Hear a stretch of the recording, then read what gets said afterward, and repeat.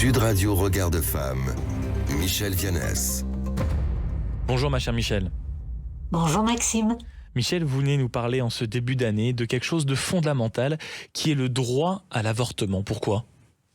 Eh bien, il y a plusieurs événements qui se sont passés ces derniers jours, ces dernières semaines. D'abord, le 29 décembre 2025, donc le Parlement français a voté un texte important qui reconnaît enfin le préjudice subi par les femmes qui ont été condamnées pour avortement avant la loi Veil de 1975. Alors ce vote rappelle bien sûr que l'avortement a longtemps été considéré comme un crime, avec des femmes qui ont été poursuivies, emprisonnées, et même condamné à mort par le régime de Vichy. Et donc, je dirais que ce vote, cette déclaration du Parlement, c'est pas un geste simplement mémoriel, c'est un rappel essentiel. Ce qui est un droit aujourd'hui a bien été une violence hier, et nous devons toujours rester très alertés sur la fragilité de ces acquis. Et comme vous le savez, en France, en Europe et à Bruxelles même, les droits reproductifs des femmes sont à la fois reconnus, débattus et attaqués. Et au niveau européen ?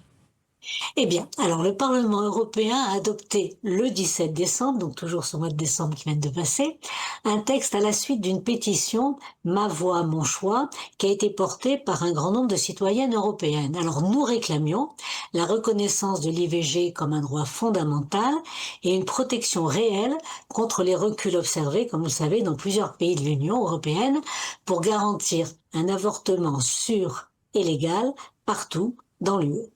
Et ce texte, donc, qui concerne la mise en place d'un mécanisme pour que toute femme résidant dans l'Union européenne, qui n'a toujours pas accès à un avortement sûr et légal dans son pays, puisse se déplacer à moindre coût, que ce soit pas que pour les femmes, pour les moyens, dans un autre des 27 pays membres qui, lui, autorise ces soins.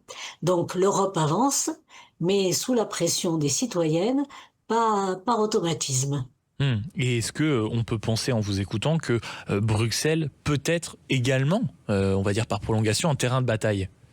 Oui, clairement, parce que vous avez d'un côté les femmes qui se battent pour faire reconnaître leurs droits, et de l'autre des réseaux puissants qui cherchent à les restreindre. À Bruxelles, vous avez des groupes religieux conservateurs, y compris américains qui ont débarqué à Bruxelles, qui s'installent pour faire du lobbying et promouvoir des positions anti-avortement radicales. Ce lobbying, il est structuré, il est financé et il est stratégique.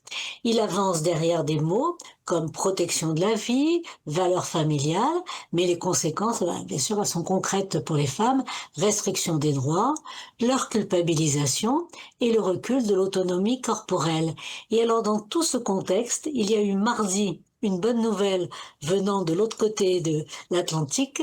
La plus haute juridiction de l'État américain du Wyoming a statué mardi que l'interdiction de la pilule abortive est illégale parce que le texte de loi qui a été adopté en 2023 porte atteinte au droit des femmes à prendre des décisions concernant leur santé. Donc, les droits reproductifs existent tant qu'on les défend. Et c'est un bon rappel pour ce début d'année, un rappel fondamental. Merci beaucoup, ma chère Michel Viannès, d'avoir été avec nous. Je rappelle que vous êtes la présidente de Regard de Femme et membre du Haut Conseil à l'égalité femmes-hommes. Merci Maxime.